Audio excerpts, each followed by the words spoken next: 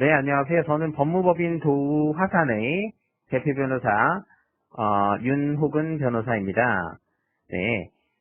오늘 대규모 유통업법과 관련해서는 제11조, 판촉비 부담 전가 금지 제도에 대해서 알아보도록 하겠습니다.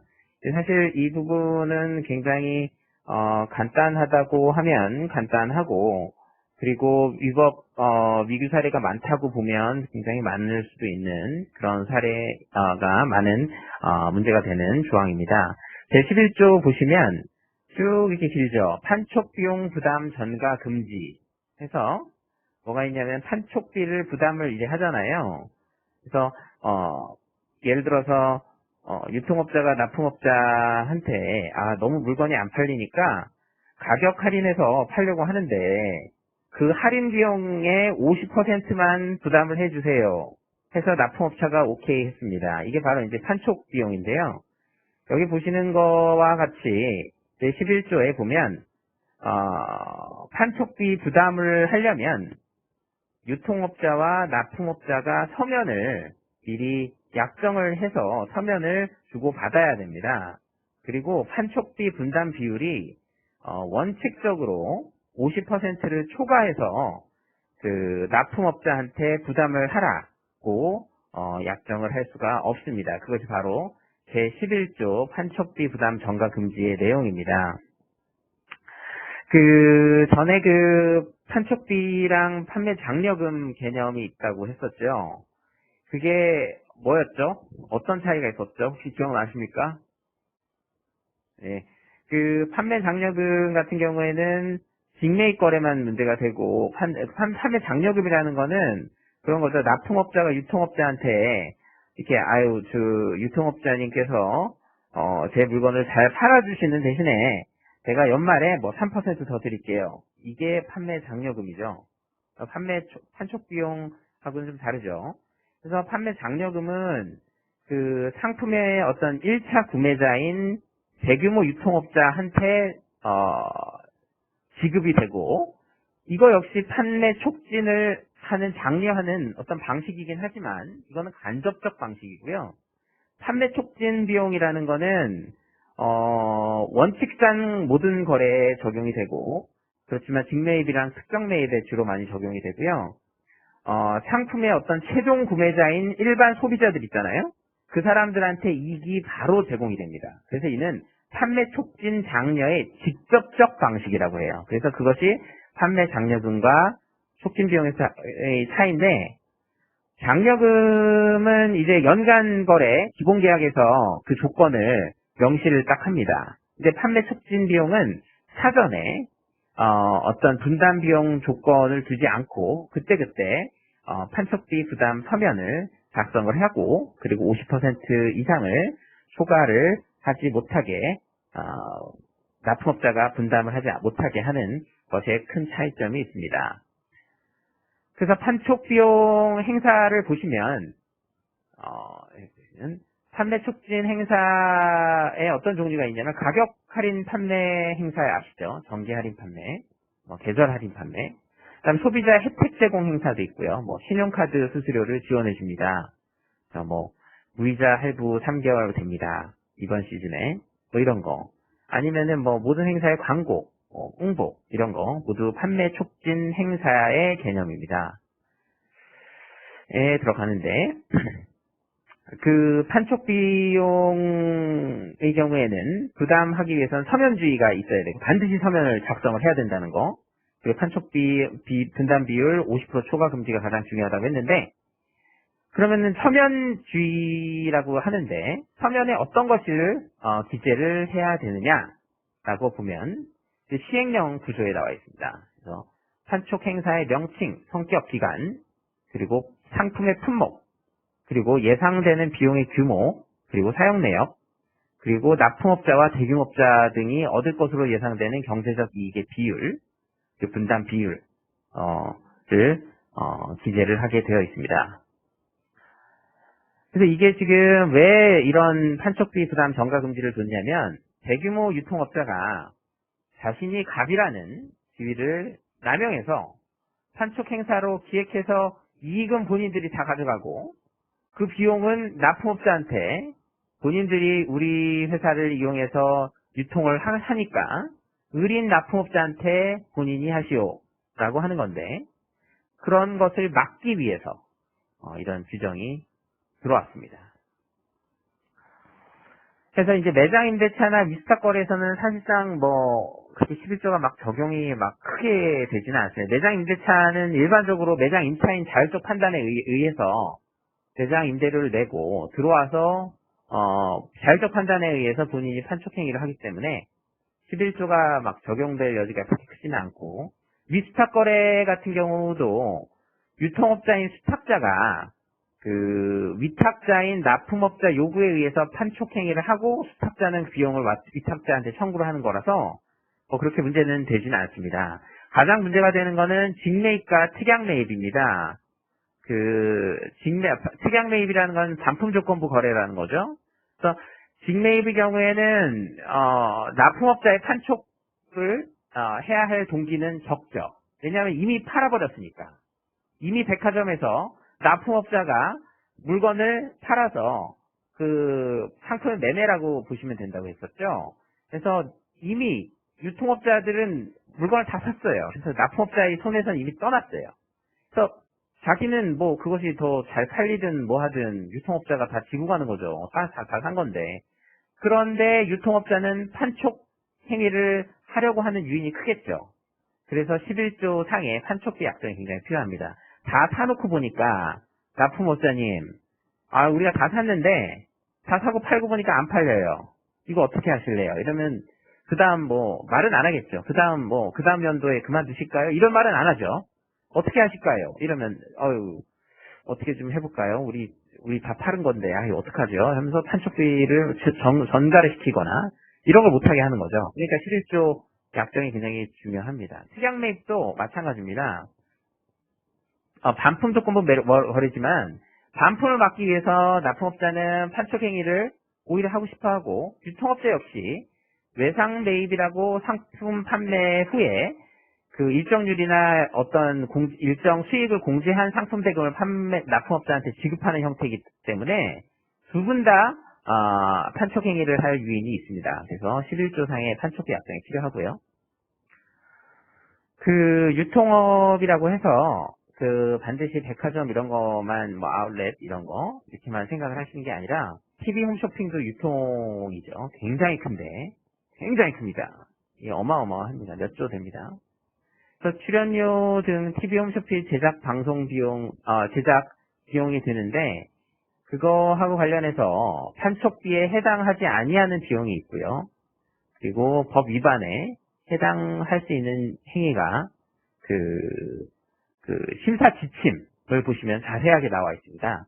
그래서 법에 없다고 뭐라고 하지 마시고 공정거래위원회 TV 홈쇼핑 사업자의 특정 불공정 거래 행위에 대한 위법성 심사 지침이 공정거래위원회 가시면 다 찾아보실 수 있으니까 거기서 한번 쭉 읽어보시면 되고요. 법 위반에 해당할 수 있는 행위를 몇 가지만 짚어보겠습니다. 그래서 TV 홈쇼핑 사업자가 여러 홈쇼핑 많죠? 그죠? 보시는 거. 근데 판매 촉진을 위해서 경품 행사를 진행을 해요. TV에서 경품을 합니다 하면서 이렇게 팔죠. 하면서 사전에 납품업자와 비용 부담에 관한 사항을 약정하지 않고 판촉 비용을 납품업자한테 부담을 시키는 행위 위반이죠, 그죠? 그 다음에 50% 초과해서 부담시키는 행위 위반이고 또 하나만 더 해보면 다 해보죠. TV 홈쇼핑 사업자가 상품 판매가 집중되는 방송 중 및 방송 종료 후 일정 시간 이내에 소요되는 판촉 비용은 납품업자한테 부담을 시켜버리고, 그죠?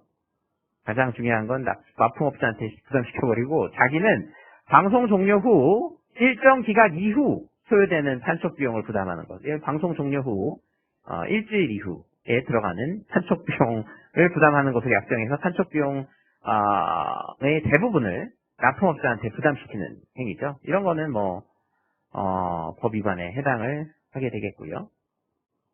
이제 사례를 두 개를 보시겠습니다. H홈쇼핑 대규모 유통업 위반 행위 및 공정거래법상 거래 지위남용 행위건이었는데요. 여기서 문제되는 게 H홈쇼핑이 일정 특정 기간 동안에 그래서 그 아래 여기 보시는 표와 같이 어디 70개 납품업자가 엄청 많을 텐데요. 납품업자와 204회의 방송 판매 계약을 체결해서 상품을 판매를 하면서 신용카드 할부 수수료를 납품업자한테 부담을 시켰어요. 그죠? 그래서 신용카드 할부 수수료는 각 방송 판매별 판매 촉진 비용의 총액의 50%를 초과를 했습니다. 그래서 부담을 전가를 시켰고, 전가를 시키면서 50% 이상을 전가를 시켰기 때문에 이거는 법 위반이 되는데요. 여기 보시면 방송 일시 상품명 납품업자 어디 주식회사 쭉 있고, 납품업자의 부담액이 64%, 그다음에 피시민에게 부담액은 36%, 54%, 45%, 54%, 45%, 이게 50% 이하로 하는 거예요. 그러니까 50%, 원칙적으로 50% 넘지 못하는데 그 이상을 초과한 거죠.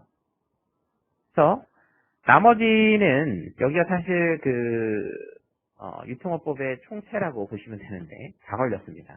사실 어쩌고저쩌고 이렇게 하면서 서면을 방송 당일 이후에 주는 행위를 해서는 안 된다. 판매 마감일로부터 40일 이내에 상품 판매 대금 지급을 하지 않은 행위, 이거 걸렸는데, 지금 우리가 보는 판촉 비용 부담 전가 행위 금지와 관련해서는 피시민은 판촉 행위를 실시하면서 그 비용의 50%를 초과해서 납품업자한테 부담을 전가하는 행위를 해서는 안 된다라고 나왔죠. 나중에 과징금 나오고요. 하나 더 보실 건데요. 이거 역시 굉장히 큰 회사죠. 위 무슨 회사 있으시죠? 거기서 이제 두 가지를 했습니다. 할인 쿠폰 제공 행사를 했고요. 단 하루 초특가 행사를 했어요. 그래서 할인 쿠폰, 이거 판매 촉진을 위해서 판촉비 들어가죠. 그래서 상품의 판매 촉진을 위해서 할인 쿠폰 제공 행사를 하면서 사전에 납품업자와 판촉비 부담 서면 약정을 하라고 했는데 법에선 안 했죠. 약정을 하지 않고 납품업자한테 전가시켜버리고, 그 다음에 단 하루 또 다른 판매 촉진 행사가 있었는데 단 하루 초특가라고 해서 초특가 할인 행사를 실시하면서 단 하루 사전에 납품업자와 판촉비 부담 등을 서면으로 약정을 안 해서 벌써 걸렸어요. 약정하지 않고 75개 상품에 대한 할인 비용을 모두 66개 납품업자가 부담을 하도록 했습니다. 보시면, 그런데 피시민의 주장 중에선 할인 쿠폰은 그렇다 치고 확실히 걸렸으니까 단 하루 초특가 행사에 대해서는 피시민이 재밌는 주장을 합니다. 판매 촉진 행사 중에서 이건 우리가 법에서 예정한 판촉 비용이 아니다 라고 변호사가 주장을 했는데, 일단 변호사 입장에서는 주장을 해볼 건 다 해봐야 합니다. 그래서 변호사의 입장을 충분히 이해를 하고요. 왜 이런 이상한 주장을 했을까 이렇게 생각하지 말아주세요. 보시면 피시민은 위 판매 촉진 행사 중 단 하루 초특가 행사의 경우에는 기존 딜이 유지되는 상태에서 별개의 새로운 딜을 계약을 체결했으니까 당초 우리들이 언제나 생각을 하는 기존 판매 중단함과 동시에 할인된 판매가를 적용하는 통상적인 할인 행사와 구분된다. 굉장히 그럴싸합니다. 이거 사실 굉장히 획기적입니다. 그죠? 라고 주장을 했지만 공정거래위원회에서 들어주겠습니까? 안 들어주죠. 기존 거래 조건보다 할인된 가격을 제시해서 어쨌거나 소비자들을 유인을 했고 상품 수요를 판매를 증진시킬 목적으로 했으니까 판촉 행사에 해당하는 점 등을 고려해서 피시민의 주장은 이유 없다라고 쳐버렸고요. 해서 피시민이 사전에 공고인은 어떻게 했냐면 납품업자가 행사되는 소용의 비용에 대한 서면 약정하지 않고 판촉 비용 전부 또는 일부를 부담시켰으니까 유통업법 제11조에 위반돼서 위법하다라고 했습니다. 그렇게 하여 이렇게 주문이 위와 같이 나왔고요. 결국 과징금 물게 되었고 했는데, 마지막으로 우리가 금방은 이제 사례 두 개를 살펴봤고요. 마지막으로 11조 5항 제가 그때 50%의 예외 분담 상한 50% 이상을 납품업자한테 물릴 수 있는 경우가 바로 11조 5항에 있습니다.